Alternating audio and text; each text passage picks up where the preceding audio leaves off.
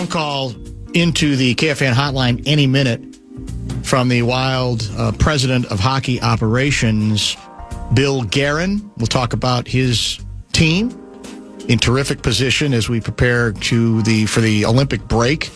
Wild have 2 games left, including one tonight on the Fan. Coverage begins at 6:15 this evening. And then we'll get into, like I said, Olympic stuff with him and a few other things as well. If you have any questions, hit the Bradshaw and Bryant KFAN text line at 646-866. Why is golf on... is this that studio golf thing? Yes. This is highly popular, isn't it? Oh, I don't know if it's highly popular. I think they're trying to make it popular. Yeah. I don't know if it's super popular. It's something to watch. So are those real fans in the stands, or is that AI generated? No, those are real fans. Those are real fans, okay. They just had Arthur Blank, the owner of the Falcons. Yes. I think he owns one of these teams. Okay. The Atlanta team that's playing right now. Yeah. So he was being interviewed by Marty Smith, your guy. So they've got some dignitaries. Is that right? Huh. Very interesting. I had something else I was going to run by you as we wait for the phone call. But in the meantime, like I said, if you have questions for Bill, we'll try to include some of them via the Bradshaw and Bryant KFAN text line at 646-866. While we are waiting, might as well get these out of the way. Hold on. I had a couple more good ones, I thought. Quasi half-ass, Izzo badass, Giannis bring ya ass, Wolves in 5. You're trying maybe a little too hard there, but I like the spirit of it, don't you? I think it's spot on. Quasi Adolfo Mensah got let go. The draft will be handled by, there's the hotline, KOC and B Flow. The new manager is John Doe, Wolves in 5. They're coming in fast and furious today. We ultimately chose to not name the Snownomi. I didn't think we had enough snow yesterday to name it, although I kind of miss the Snownomi naming, so maybe we will, moderate or loosen up the rules that we have in that regard.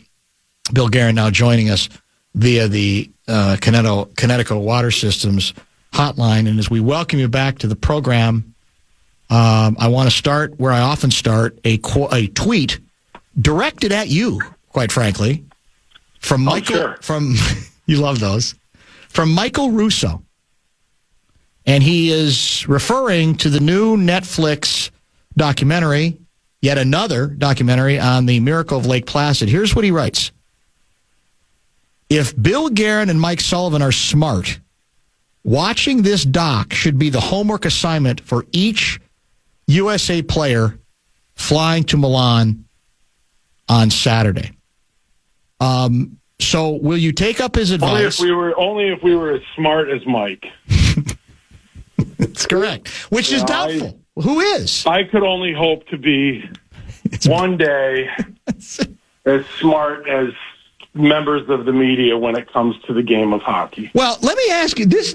What he tweets does raise some interesting questions, because I feel like I get his point, and I hear good things about the documentary. I don't know if you've seen it yet. You can tell us if you have, but that it's such a different world and such a different set of circumstances. I'm not sure one thing that then has anything to do with now. What do you think? No, I agree with you. Mike, I think is on his flight to Milan, and he just texted me that I have to watch it. I'm like, yeah, Mike, it's on the list. I got it. It's right after I finish, Ozark. Yes. I think you're right, and I've said it. Like, look, there's only one miracle. Correct.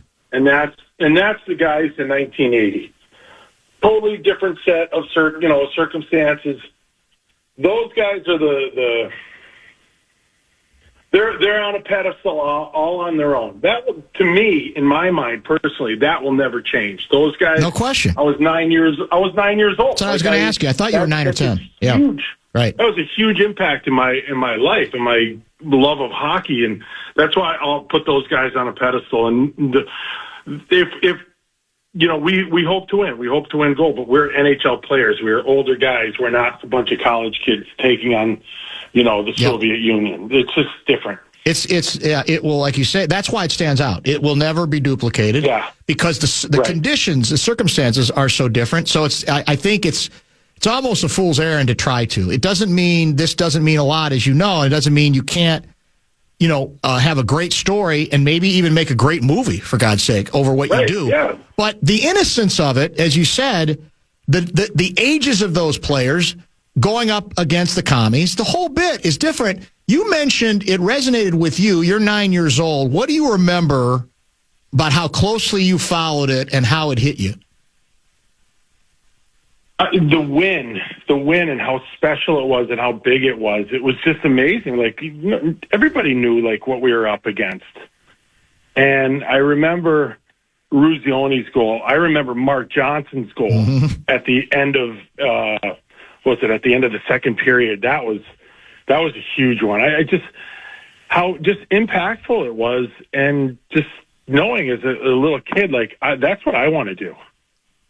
I want to be an Olympic hockey player. I want to play for the USA. Right. So it hit you that way. Oh, that was it. Yeah. That's great. That's great. It hit like a lightning bolt. It was that's why I got so involved in USA hockey, and I love it because it all started with that. And those guys Ruzioni, Robbie McClanahan, Neil Broughton, guys that I know, well, they're just awesome, and I put them on a pedestal. It's we were talking. This subject came up a couple of weeks ago. I was trying to put into some kind of perspective, admittedly for less than objective reasons, because I graduated from Indiana University.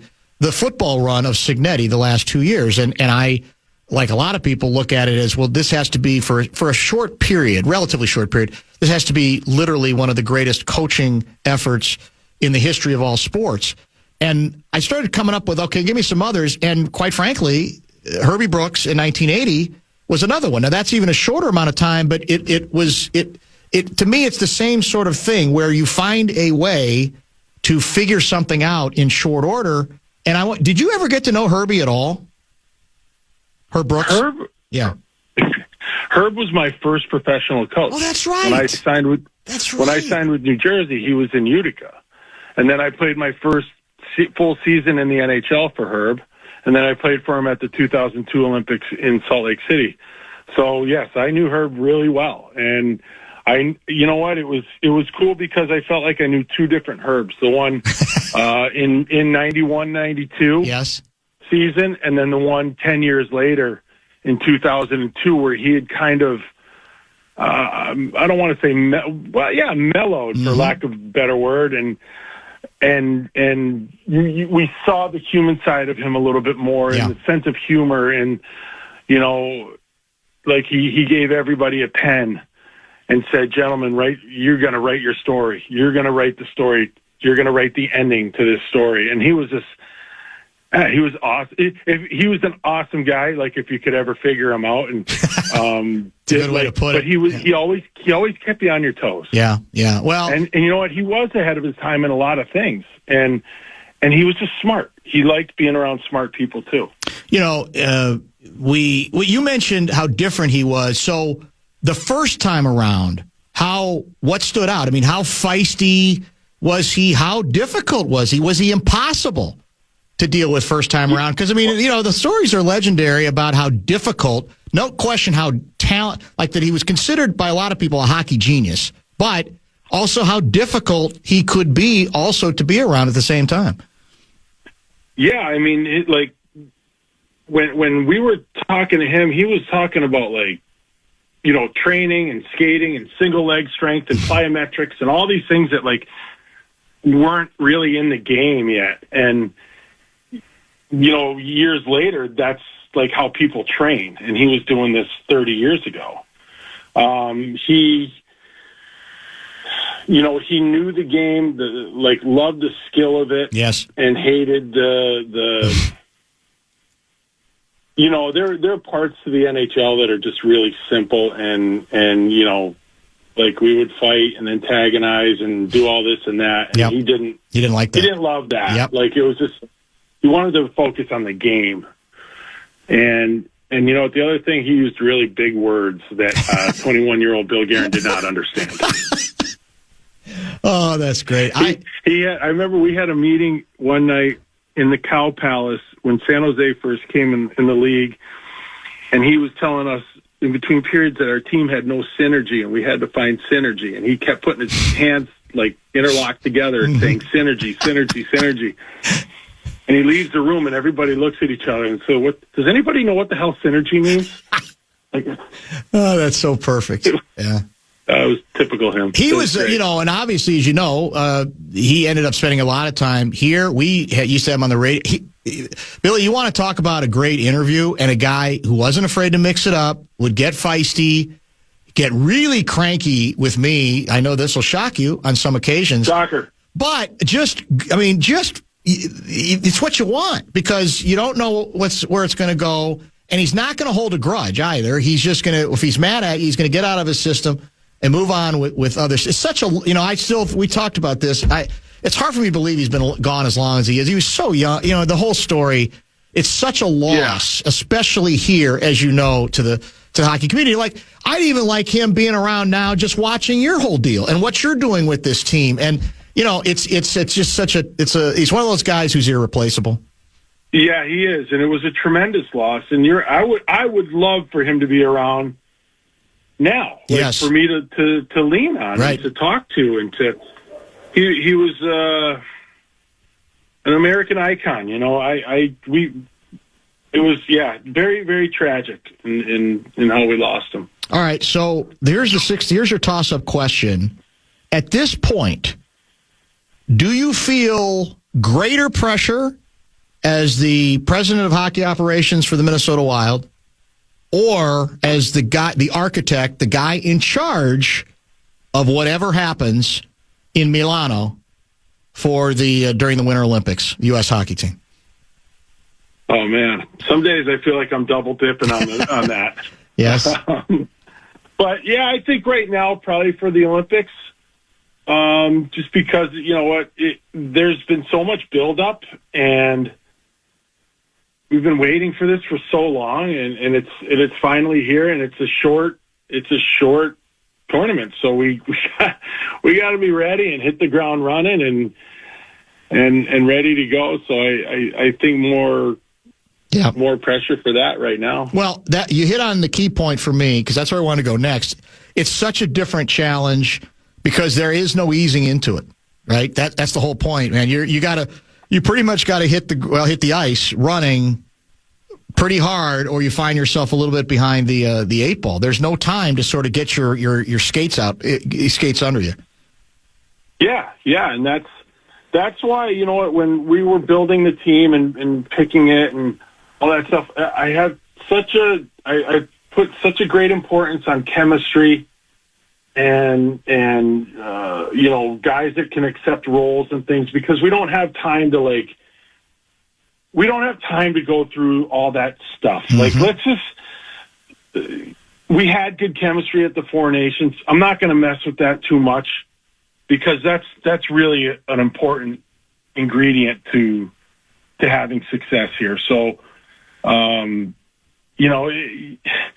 we just got to hit the ground running, man. It's going to be crazy. I saw one story online quoting you. I was never going to make everyone happy. Bill Guerin feels the heat. This story is interesting because he mentions, I don't even know who the writer is, that Guerin has been heavily criticized, including by, is it Nick Suzuki, in recent weeks for his selection decisions. Guerin decided not to select several players in the eyes of many analysts and fans truly deserve to be part of that team. And in that sense, he is feeling the heat. Quote, all I know is that I was never going to make everybody happy. Now, you never struck me as a guy that's so very fearful about that stuff. You're not afraid to make decisions, but it does feel like it's a greater burden in a sense, because it's representing the entire country, not just the Wild. So as you're doing it, did you find it agonizing? Because these decisions, as you know, they get scrutinized endlessly, and you know how it's going to go. If you take care of business in Milano, you're going to get praised, and you're not going to hear another word. But if it doesn't go your way, it's going to be, I don't know, man. Here's exactly why it was a mistake to leave off so-and-so, so-and-so, and so-and-so. Yeah, and that's going to come no matter what. Like, I mean, you know, that's the thing. Who am I going to... I'm not going to keep everybody happy. There's millions of people in the world that are going to be watching this, and you know, the last thing I'm going to do, too, is take criticism from another player, though, on another team. Like, that play, you know, his teammate got left off, so he's upset and he's going to support his teammate. That's fine. Yeah, right. I don't care, but, you know, these are all difficult decisions. And you know what? Hey, honest to God, I really don't care. I don't care what the media says. I don't care what, you know, a fan in a certain market that their player was left off the team. I don't care. All I'm trying to do is put together the best team for the United States and go over and win. And you know what? Maybe I'm right. Maybe I'm wrong. But those are the decisions I made. Have you been assured? There's been a lot of stuff written about logistics, right? And locker rooms and the ice and the rink and the whole bit. And some of those stories, I think, I was talking to Louis about this, and he agreed that some of the media we're more interested in them than others. Because, you know, Louis said, you know what, the truth is, players, if the locker room's a little small, the players, they might moan a little bit, but nobody's going to care. It's not as big a deal as we think it is. But ice, I assume, arena, those sorts of things all matter. I mean, have you been assured that all the mechanics of it are going to be okay, or are you worried about any sort of real challenges in that regard? I'm not worried about a damn thing. I'm not, because if it's that way for us, it's that way for everybody. Mm-hmm. It's an even playing field. I could care less if the locker rooms are small or what. Like, it doesn't matter. What matters is, you know what, that we get out there, we can play, and the players are safe, and that's it. You know, all this other stuff. You're right. The media, you guys like to, agonize about this. Oh, the rink's not ready yet. Like, it'll get done. And if it doesn't, we'll figure something out. Well, you want the ice to be safe, at least, right? I mean, yeah, that's what I said. Yeah, I said, as long as the players are safe. Right. Yeah. So, what am I going to do? Yeah. What are we going to do? You know, what we got to do is focus on playing hockey and winning our games. Is it possible to be in the position you're in? And by the way, I know you've embraced this role. You wouldn't have taken it if you didn't want the responsibility and the heat. But as it's happening, is it almost impossible to enjoy it, or do you think you will be able to do that as it's taking place? I've enjoyed every day. You have? Okay, good to hear. Yeah, I don't care. You know what? You want to bring heat on me? Go ahead. The good outweighs the bad. Mm-hmm. You know what? You can't. You know what? Honestly, in this world, you can't keep anybody happy anyway. So I'm just going to make my decisions and move along. Enjoy the people that I get to go through this process with. And you know what? I'm representing the United States of America in the game I love at the Olympics. How could I be upset, or how can I be having a bad time? This is an incredible experience, an incredible honor. Every day has been good. That's a very positive attitude you have there. That's impressive. It's true. Well, I hope you can hold on to it. I mean, that's the key to it is being able to hold on to that. What are the odds that by the time you guys wrap up the gold at the Olympics, you have already figured out, even if it's not yet announced, a significant trade involving your favorite professional NHL team, the Minnesota Wild? Because everybody's going to be there, right? I mean, you're going to be able to you guys are going to have all this time to negotiate, aren't you? To figure out everybody knows you got to bring another big piece before the deadline. Yeah, no, not everybody's going to be there. Oh, well, some people are. We're going to focus on the U.S. team while we're over there, and, okay. and we'll yeah, I mean, it's not too hard to just jump back in, so we'll be fine with the Wild. You have 2 games left tonight on the Fan. Coverage begins at about 6:15, and then I think Wednesday is the last one, right, before the break. So give me the Bill Guerin state of the state regarding this team going into this break. How do you feel about your hockey team? I feel good right now. I feel good about the team. I think the guys are playing hard. They're playing well. We played a solid game the other night in Edmonton, and took on two big horses out there and did a really good job. So just continue that, and we'll be okay. I'm happy with where we are. We always want to get better, but things are going pretty good. That doesn't even sound that enthusiastic. I don't want to get ahead of myself either. I mean, we're always trying to. Yeah. I mean, we got a lot of hockey left in front of us. Is it fair to say that the better you guys play, or as you have ascended to the place you've ascended to in the standings, that actually makes you even more motivated to try to reward the team by adding one more piece if possible? Yeah, I mean,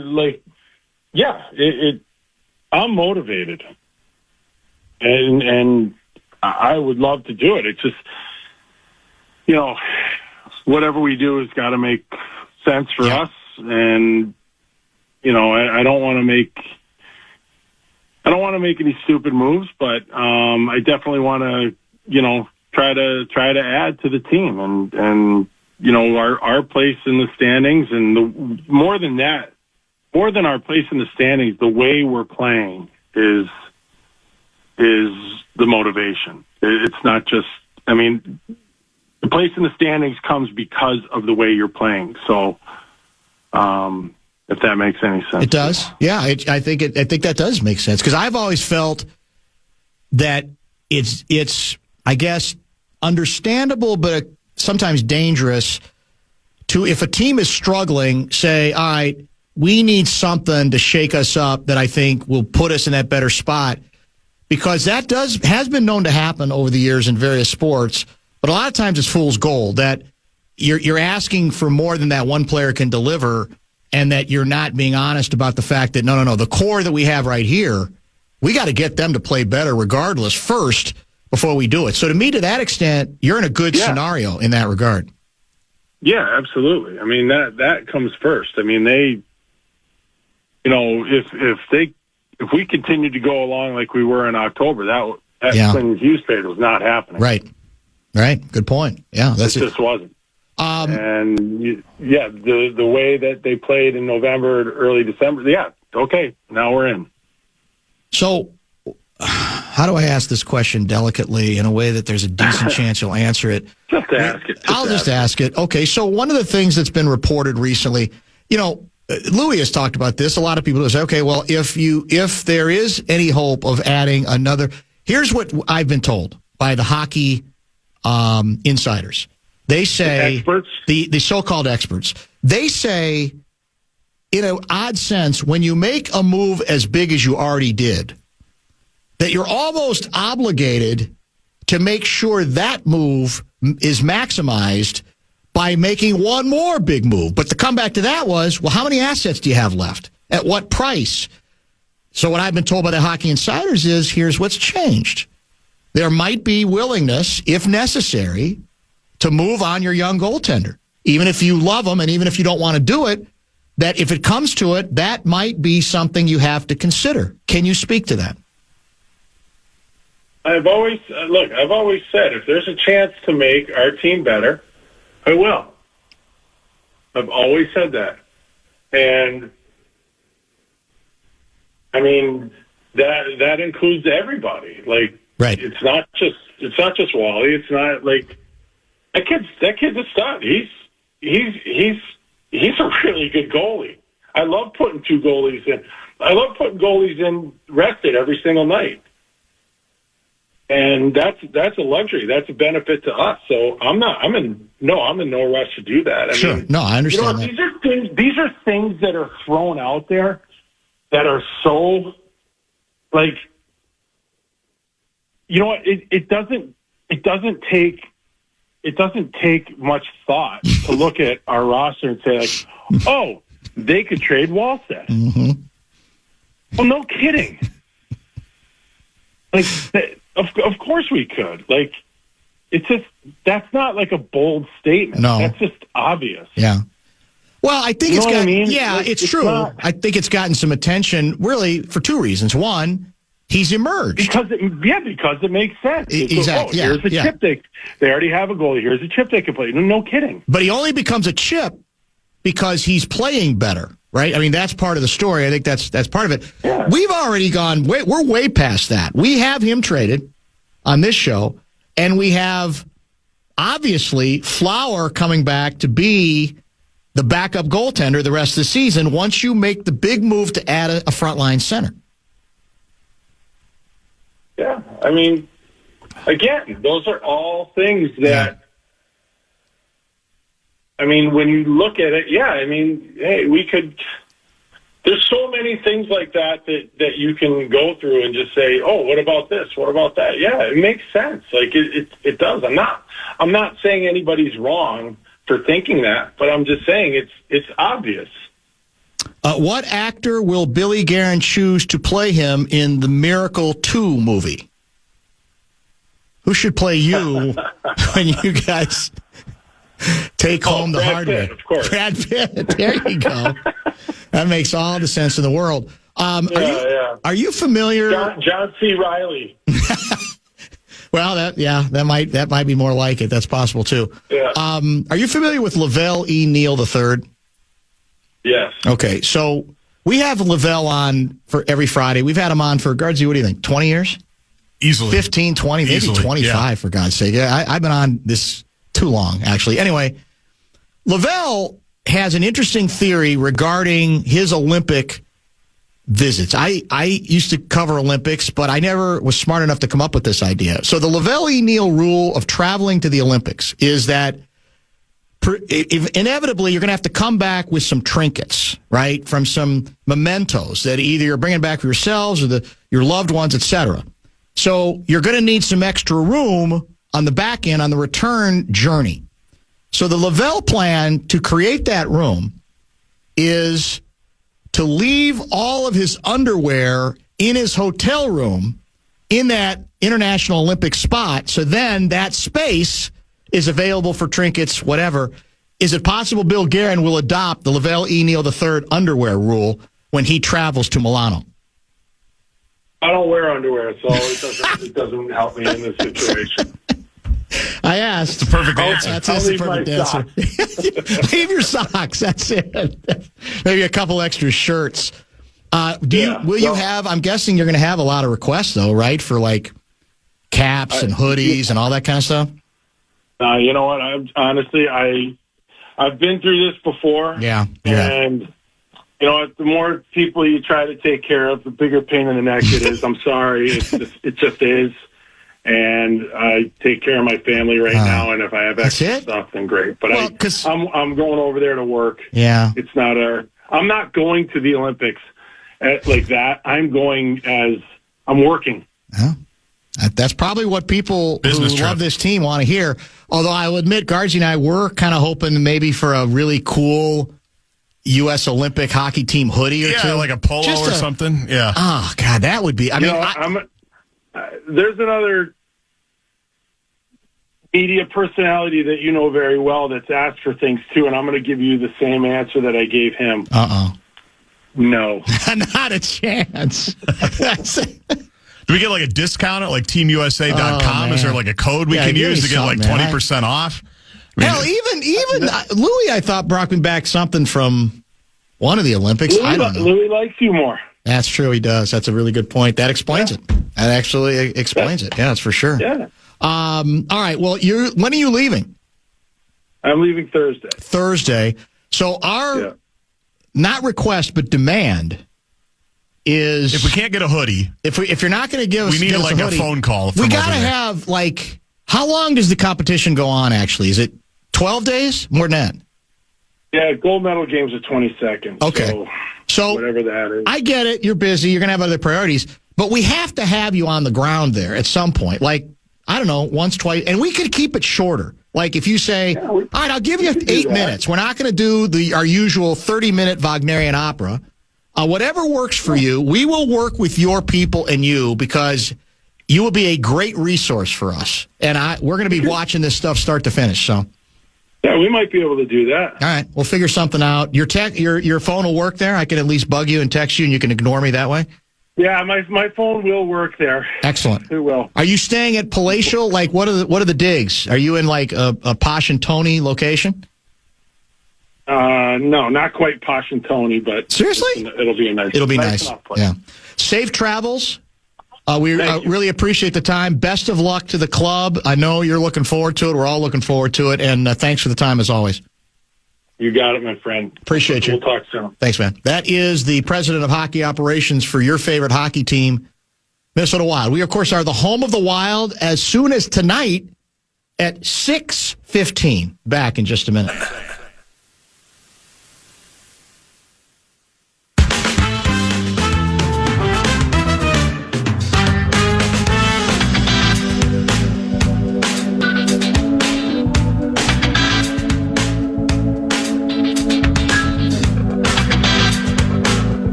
Very pleased with the Guerin underwear answer. It was, I don't know, and I didn't want to press on it because it's not any of my business, but I don't know if it's a true answer, but it's a good answer regarding Commando, given I'm sure that got people's attention. Lavelle backstory regarding just leaving all of his underwear in, I think it was Beijing. Yes. In that case. So the other thing I'd say about it is I'm guessing the Team USA shipping policy is a little bit more liberal and a little more inviting than the Star Tribune's shipping policy. I'm guessing if Team USA staff wants to send something back, like a steamer trunk, even one extra steamer trunk. Yeah, I'm guessing they're taken care of in that regard. Just a hunch. You might be right for that. Actor for Billy Guerin in Miracle 2, Danny McBride. Who's that? Oh, Danny McBride. Yeah, he's in Eastbound and Down. Okay. You'd recognize him. That would be a good one. He might be a good one. Okay. John C. Reilly was actually a pretty good one, too, I thought. Yeah. Let me ask you this. Well, he mentioned him, didn't he? Yes. Yeah. I showed, it's hard when you work here, especially. Everything's a bit, right?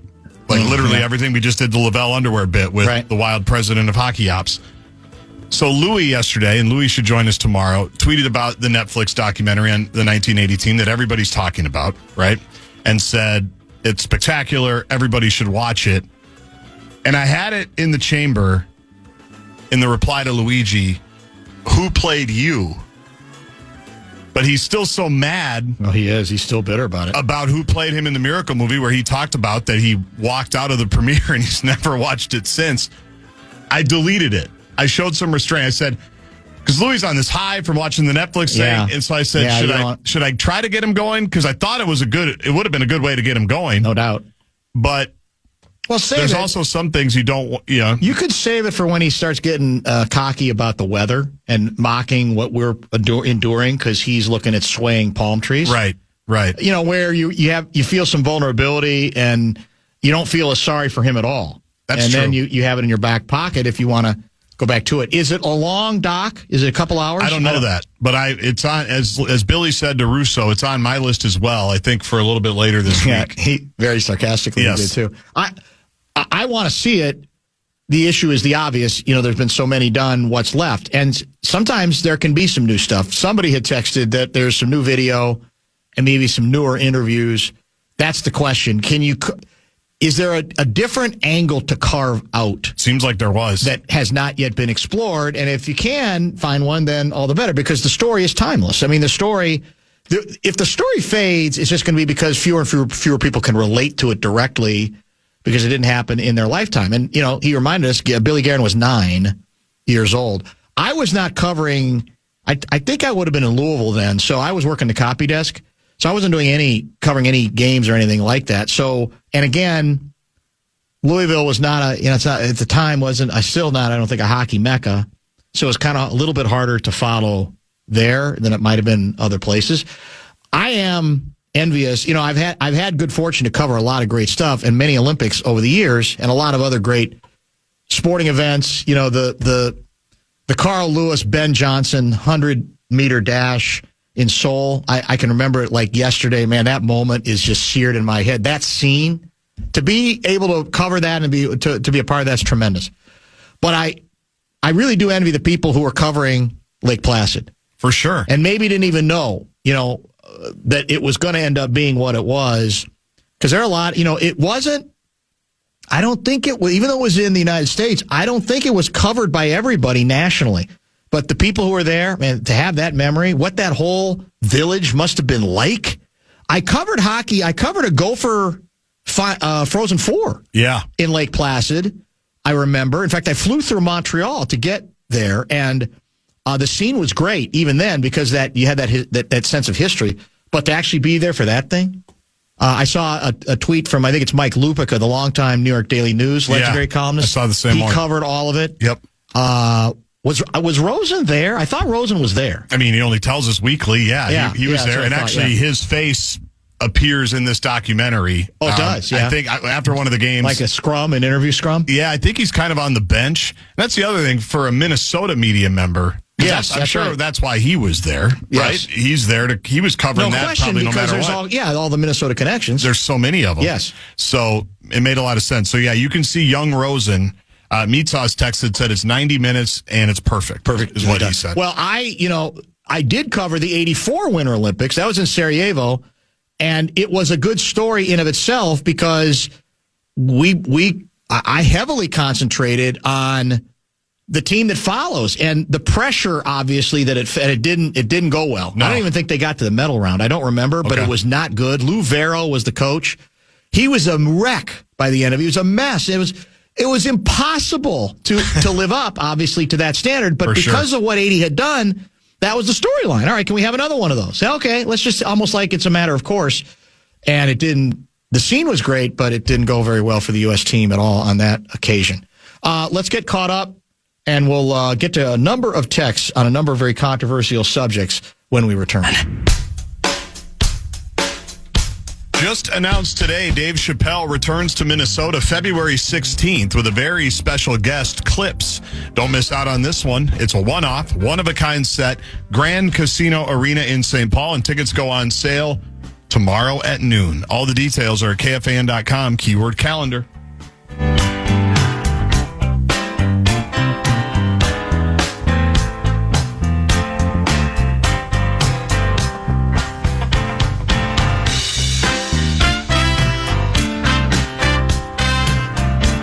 Show planned for tomorrow. Kevin Seifert will join, I'm hoping, in studio at 3:30. And then a rare Hot Stove League in-studio appearance from Aaron Gleeman. That's 4:30? 4:30, yep. So back-to-back, Seifert and then Gleeman. And I mentioned this on sermons that we ended up spending almost the entire time on the culture chasm and not so much on the twin story. I think because, I think the reasons are kind of obvious, that it's so much harder to want to invest in anything the Twins are or aren't doing. It's so hard to tell exactly what they are and aren't doing at this point. They send so many mixed messages, and now you're, getting rid of Falvey 2 weeks before, in effect. I know it was mutual. 2 weeks before, or even less, I think, before spring training, that when you don't think there's as much at stake, it just doesn't feel very vital, right? But that's Kleeman's job, to continue to pay attention to. I mean, he may still pay attention from afar to the Timberwolves and the Vikings, especially the Wolves. Yep. But this is what he covers. So it will be, I am curious to get, I've read some of the stuff he's written, but I'm curious to get his view on how you read the tea leaves here and where this might be headed. And I guess my number one question for Gleeman might be why the latest poll ad seems so cocksure of what the team's going to do this season. Basically, he's saying, we'll just watch it. Yeah, wait till September. Wait till September. So maybe he's seeing it clearly. Maybe he should be the guy in charge of the baseball operation. I'm not sure. But Gleeman pays, obviously, a lot of attention to who we've added and who we don't have. And he doesn't simply make it about payroll, even though payroll clearly tells part of the story, because your margin for error is reduced as dramatically as it is. But the bottom line is there's still, despite the Vikings' disappointment, great interest in the Vikings. And right now there's a great deal of apathy regarding the Twins. And I don't know. I have a hard time. I mean, you know the Lavelle theory. The Lavelle theory is all they're really doing, that even though they walked away from selling this last time after declaring that's what they were going to do, he believes they're going to do it again. He thinks they're going to wait to watch baseball get into a more viable financial position, thereby, one would presume, making all these franchises more attractive, worth more money, and that at that point they're going to come back to it again once they've not necessarily improved the team, but just improve their chances to make more money on the deal. Yes. And then sell at that point. I think that's exactly what's happening. Because the more you think about it, these magical minority investors, the limited partners. Yes. They just gave us $500 million to wipe off the debt because they're all good dudes. It's a good gig if you can get it. You know what I mean? Yeah. Like, what's their incentive if you're not going to make money this season or next season because of the product that you're putting on the field and the payroll that the you're regional stuff. You know what I mean? Yeah. So, because otherwise, rich people don't just give away their money for nothing. There's got to be something at the end of it. So that's kind of my thinking is, hey, help us with the debt. You'll get it back and then some when we come back. Well, we can only count the days. Unfortunately, when they gave us that opening in belief that they were going to do it before and then let us down, I'm not sure from a public standpoint they'll ever recover from that. I mean, the only way you get past that is you win a World Series. And that'd be a hell of a story if they find some way to do it with a That'd be a Netflix What movie. are we at now? At 100 mil in that range? Right around there. Yeah, I don't know. I'd like to tell you I care enough to check into it, but that's what I've read. Even relative to other teams in the league and relative to the pie that's out, the pot of gold that's out there, it doesn't make any sense. We all know the story about the regional money, being probably 50 mil, and now maybe they're getting $150. We don't know exactly what they're getting. They've never told us, which always makes me wonder whether it's a little bit more than we think. So Falvey surfaced, right? And we'll get to this with Gleeman tomorrow. Didn't he surface with a couple of the Jackals afterwards? He did on Friday, right? What day it was? He did some type of Zoom or something. So the question is whether, and maybe he strikes me as a guy who's maybe never going to go scorched earth, but I'm wondering if down the road, because that seemed to be pretty upbeat, right? There wasn't a lot of bitterness to it. No. There wasn't a lot of savagery associated with it. We had honest conversations about the direction and deep discussions and intentional discussions. It was very Falvey-esque. Yeah. And we came to the realization that the partnership might not be beneficial for both parties, and we had those honest dialogues. Is he going to surface elsewhere eventually in a one-on-one? And is Kwesi going to emerge? My guess is not. Kwesi, I don't think so. He's always been hesitant through all of this stuff, right? But then my question is it would seem only human that at some point, as you see your name dragged through the mud, not just for stuff that you are responsible for, but for stuff that was definitely a collaboration and definitely shared regarding the quarterback stuff, which we'd examined heavily the first hour and change of the show, and then again with Alec Lewis, you'd think it might kick in and go, wait a minute now. Now, then again, Mike Zimmer never did it.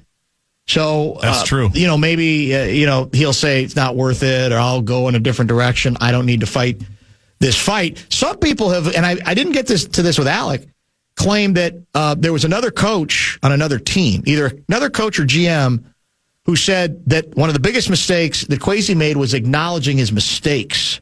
And maybe there's some truth to that. I don't know. Maybe to that extent he was too honest, where he said about looking back on the Darnold thing. I think he said, well, you go through your paces and do the things, and then you do kind of regret the way some things came out.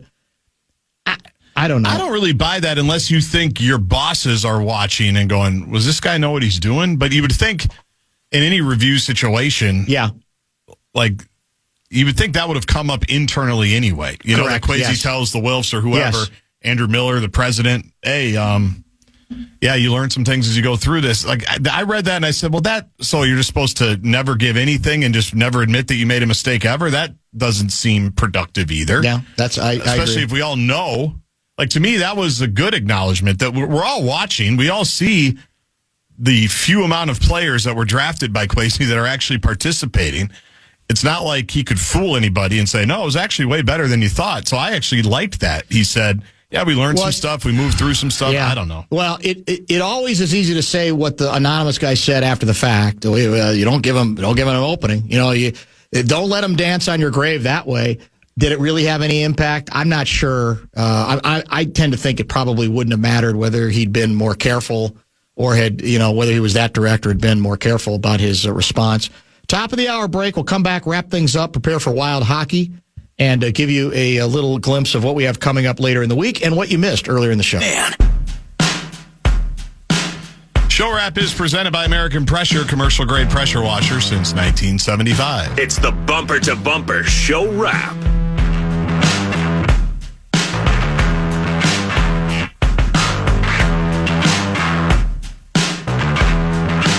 Dan Minnesota writes, the new Miracle documentary is good. Some new footage and the players watching the footage and commenting is also a good touch. But the original HBO, Do You Believe in Miracles, still holds its own, in my opinion. I don't even remember the original HBO one. I'll take Dan Minnesota's word for it. Good time to watch both. But it might be a good time to watch both. That's very true. I went to thank God you're sitting down when I tell you this. I went to see a motion picture in a movie theater the other day. Nice. There were tickets available? There were tickets available. I want to say probably there were... Well, it's interesting. When I looked at tickets available the day before, literally zero had been sold. Then 3 hours before the show, there were still zero sold. And I'm thinking, Giovanni and I are going to be the only ones in the theater. But then when we got there, there were, I'd say maybe 10 others in the theater. Not bad. And I got to tell you, because, like most people, I've gotten used to not doing it and out of the habit of doing it. And we enjoyed ourselves. I still like going. I haven't been in forever. It came back to me. Yeah, like, man, I would still like it. And this was a sequel. I don't know how many in our audience saw the original. I think it was called Greenland. It has nothing to do with the Donald Trump story, I might add, just in case. That'll be a Netflix doc in a few years. Yeah.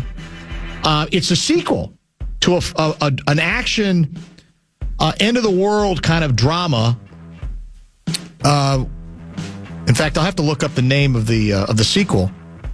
But I liked it a lot. I thought it was, sequels usually are a pain in the ass. They're usually not, worthy of the original. But I thought it was very good. It's called Greenland 2 Migration. And it stars, I'm a big Gerard Butler guy. Who is it? In that kind of film. He's terrific in it. And so it's his family. They were in the original, and it's years later. It updates the story, and I thought it was really good. I enjoyed it. We both enjoyed Now, again, that movie kind of means something to us, too. We used to watch it all the time. It's one of those we watch over and over. But I thought it was really good, and it did kind of come back to me. Man, this ain't bad. We didn't have anybody next to us, which is important for me. The corn was okay. It wasn't great, but yeah. I think the tickets were like 20 and the food was 47, something like that. Yeah, I'm sure. And all we got was 2 popcorns. I know. I think she got a sweet of some sort, and we got 2 Smart Waters. I think it was literally like 40-something. I believe it. But obviously, the industry hasn't come back, has it? No.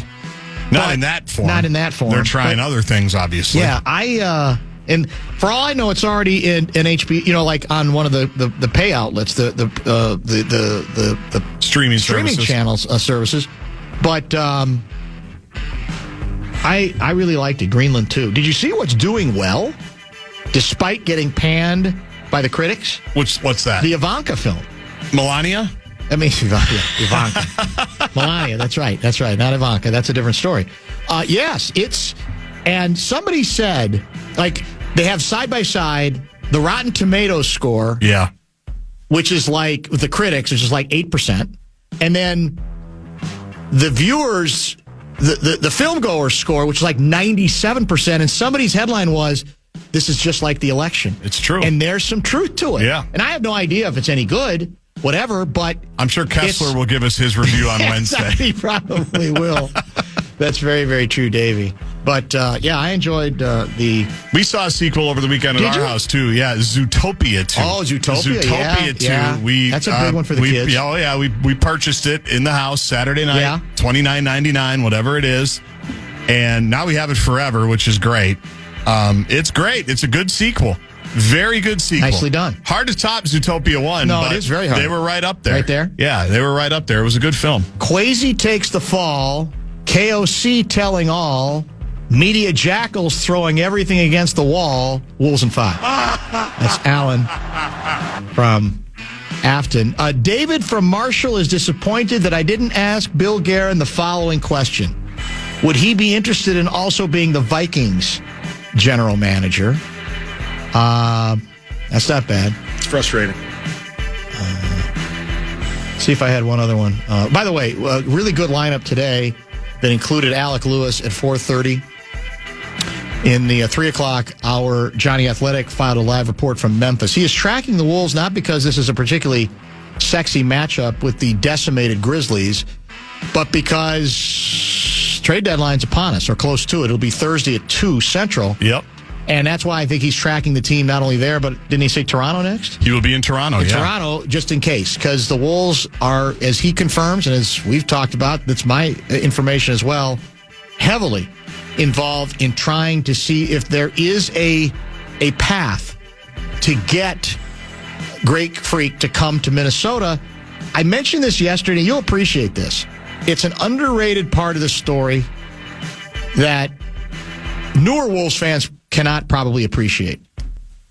The notion that we take for granted that a world-class, 2-time MVP winning basketball player is perfectly willing and maybe even excited about the prospect of ending up with this franchise.